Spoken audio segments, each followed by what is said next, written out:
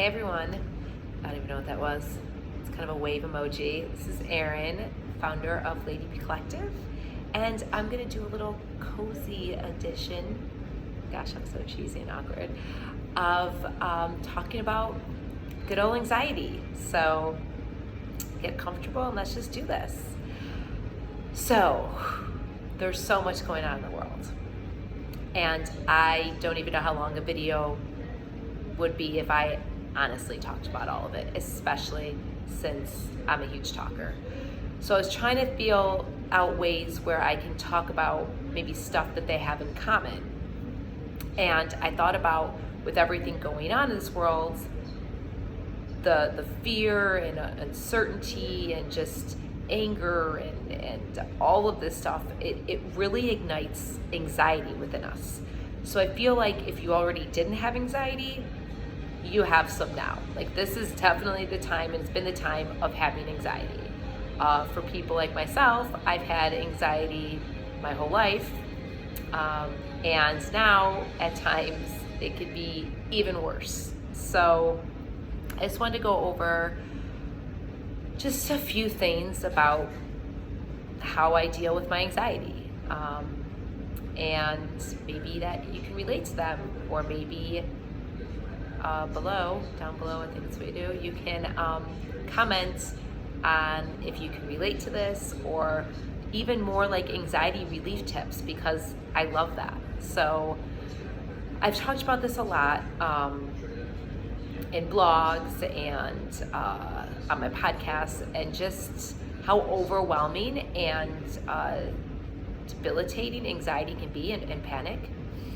And for a long time in my life, I didn't really know what this feeling was, and as I got older, it really affected me, and it took a long time to come to terms with it and to try to accept it, because I like solutions and I like to fix everything. And with me personally, due to just my makeup and the way trauma and the way my system is, and my nervous system, anxiety and kind of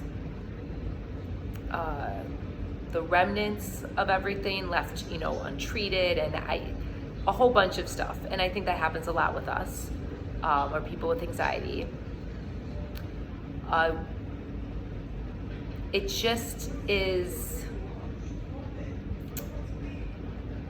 this is so hard for me to say, but it's real. It's just hard to accept. It's hard to accept that we have this thing that, although on one hand, helps with my creativity, it helps me get so much stuff done, it helps me be more grateful and empathetic and compassionate, and there's so many great things that I've contributed to anxiety. And then on the other hand, I feel like sometimes it was a burden to me. And people say it doesn't define you, and I say that too, but there are times when it grabs hold of me, and I start going down the rabbit hole of, it could have been this, I could have been that, and overanalyzing, and it just becomes very paralyzing.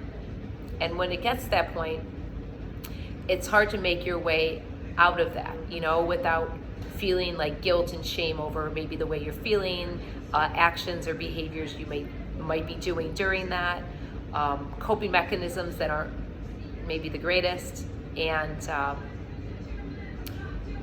that's been really hard. And I know that if that's hard for me, who's known of my anxiety and have been trying to deal with it and find ways to cope, it's probably really hard for everybody right now who maybe hasn't dealt with anxiety to this level and hasn't dealt with just so much chronic stress. And so I just thought I'd come on and share different stuff that I did, and I do.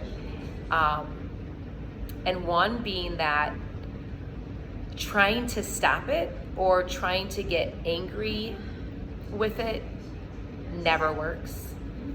It just makes you feel worse. It's like dealing with like a narcissist. Like, they're just never wrong. So like, you're just going to bat with yourself, and it's hurting you more than it's hurting them. And that's how I look at anxiety sometimes, is that going against it really makes it just that much worse. So it's not always just about accepting it. Sorry, that's the beginning of Foster's that's on in the background, and I don't know if you can hear it, but I might have just had like music come on kind of. I forgot to mute it. I'm not good at these, so just bear with me. Back to the regularly scheduled program, what I was saying is that going against anxiety, just, I've done it for years. It does not work. And so when you can try to have the mindset of that, this is here, whether it's here temporarily, whether it's here to stay for a little bit, it doesn't really matter. It's the fact that acknowledging that it's there, acknowledging that you can't just make it suddenly go away, knowing that trying to fight it off and kind of putting our pride and ego and saying like, I don't have anxiety, or I could get rid of it, or it's not that bad, or minimizing it is one thing that it's really difficult to do, but it's really worth it when we can get that mindset, because for a long time I fought it and minimized it. And I thought that was helping, and it wasn't. It was just avoiding. So if you're feeling that anxious kind of feel, it's normal. I just want to tell you, like right now in this world, it's normal to feel anxious. It's normal to be somebody that's trying to do something in the world. You're going to be anxious. It's normal to be an adult and be anxious. Like life is hard, as much as it's beautiful and amazing, there's a lot of level of pain and sacrifice that we don't discuss, which I should discuss in another video. That just gave me an idea. I'm a very big think out loud person. So there's a lot of that, and growing up I didn't think that, but there is. And so it started getting me thinking that everyone has some level of anxiety. And when you're not used to it, you don't have as many coping tools, right? So a lot of people will just, have a drink, or I don't know, other kind of coping mechanisms where they'll dump on others in terms of, I do that. Well, they'll just take up time and space and talk too much to somebody, and that helps to get rid of anxiety. Like I said, have too many drinks, or just certain examples that are more socially acceptable ways of kind of dealing with your anxiety, but then pretending that you don't really have anxiety, because there's excuses for like, I'm just having fun with drinking, or I just want to talk about my feelings to somebody. But those little things are signs of anxiety, right? So we know, like sweating and the heart pounding and feeling dizzy and sometimes feeling disoriented or like you're gonna die, those are anxiety and panic type things. Overanalyzing, being paranoid, even having aches and pains, psychosomatic symptoms. We've all talked about that. But a lot of times those little things where we're changed behaviors, or we lose interest in certain things, or we can find ourselves just revved up, right? More than usual. Those are also signs of anxiety. And so for me, I've noticed that a lot, and that happens to me often. It has happened to me during this video. That's why I like to not really edit things with that, because you can really see somebody who is anxious. Now, I normally talk fast. I normally have a lot of ideas, but part of that is anxiety. So for me, I think it's really important to have that kind of mind, body, and soul connection. And I know we've all heard that before, and I've heard that, well, like, let's connect everything. And I'm just like, what is with this nonsense, right? Like, but for me, at some point, like, that wasn't nonsense, because I had to kind of look into the different areas. Like, anxiety, I always set aside, right? Sometimes we just set aside, like, we have anxiety. No, that's part of the mind, right? That is also affected by the physical and the spiritual and any of that, especially the mind body.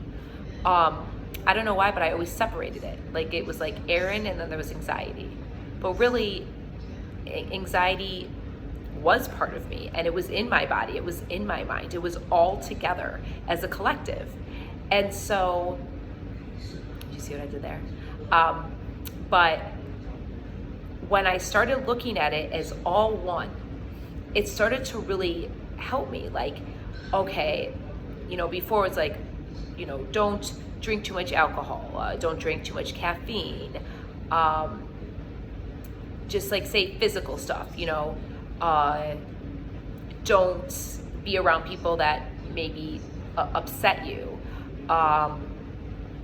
There's so much advice on it, breathing techniques, and I've talked about all this, talking about things you see and hear and smell, and grounding techniques, and talking with someone, and those are all amazing. But really just realizing that connection, that they go together. If you focus on ones for your mind and not your body, or vice versa, it's just gonna band-aid it. It's not going to really help the anxiety. So for me, that was the biggest take that I wanted out of this video, which I don't know why it took 11 minutes to say that there's a body-mind connection with anxiety, and that's what you should focus on, but it did. And so I'll just take up a few more minutes saying just a few things to focus on with those, which would be food, trying to have a nutritionally dense meal, taking anti-inflammatory foods, and putting those more into your diets, and more inflammatory foods to kind of take out. Those do make a difference. Gut health is completely related to your mind and your anxiety. And so for that, I think looking up gut health and stuff that's good for your gut, and like probiotics, and just the stuff that's easy to digest, all of that really helps, because those are a lot of symptoms that we'll feel physically when we have anxiety. So that food aspect, and water. I'm horrible at this, but I always preach it, and one day I'll get better, and I'm trying. But I'll even prove it. This is my Smart Water. Look how much is drank. I know, it's embarrassing. But we're all a work in progress, but water. We need to drink more water. Water helps with everything, even with anxiety. And less caffeine and alcohol. We've all heard it, but it really, really, truly, truly helps. And for me, sleep. Even though I don't sleep always that well, just laying there and, taking a couple deep breaths and closing my eyes and trying to just rest my mind and body, do that. Even if you can't fall asleep, even if there's not time for a nap, even if you're not the greatest sleeper, still make time for rest. Physically, movement. I will say this in every single video, even when it has nothing to do with it. I swear to you, movement, just getting up every so often, just get up. Like, when you're watching TV or doing work or you're at your desk or whatever, just get up. Just dance around, walk around, just stretch, anything. That a few times a day helps so much. Like, do it every time when you don't want to do it. Even when you're so anxious. There's times where I'm so anxious and I get super dizzy, not feeling great at all. And I'm like, no, I don't even think I can stand. That's the time I push myself, and I'll go for like a little walk, or I'll just get up, and I honestly feel better. So those things, along with, like, you can probably see it out my window, like sun, some vitamin D. Vitamin D is huge. Vitamin D, vitamin C, any of the B12 vitamins, along with iron, stuff like that. Vitamins are important. If you're not sure like which ones to take, consult your doctor, but also make sure you get a vitamin panel. That's part of this whole kind of health anxiety aspect of the anxiety, but that goes along with the mental and the physical. These are all really important. So even if it's just vitamins and water and like a little movement and one nutritious meal, like that will make so much of a difference. It really, really will. And just making sure that now, like what I choose to put into my body or into my life, I also look for into my mind. So a lot of times I would just look at stuff that was like controversial, or I knew would kind of like trigger all these big emotions. And yes, you should be aware of things, and you should want to take part in things that are tough and hard, but there should be a point where you just don't have that in your head anymore. There should be the time where the night kind of comes to the end and there's no more time for negativity, right? Like you can tell people, I don't have space for that right now, whether to speak about it, whether to read it, whether to go through social media, like that's really, really important.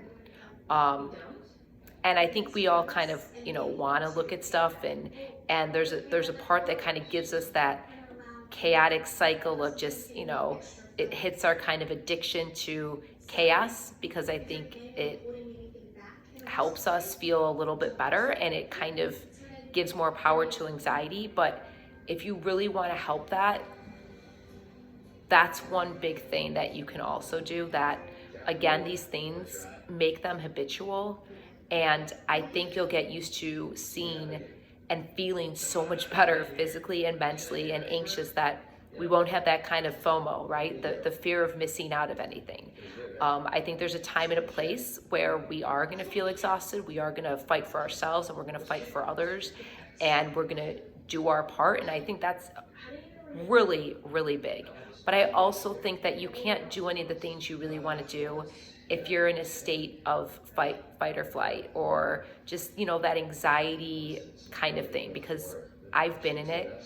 I get into it and I don't do my best with it. And that's why I actually chose to do this video, because this video is kind of showing when somebody is anxious and they're not feeling their greatest. And you can't always tell, but I wanted to kind of show something that shows where your mind can go, and how you can really feel when you're anxious. And it's kind of hard for me to do, because I'd obviously rather have like a great video that, is edited, or I kind of didn't go all over the place, or have different ideas, or joke around or whatever. But that's part of anxiety, and I just wanted to bring forth that for you guys, as well as help with those little tips that I've mentioned and said before.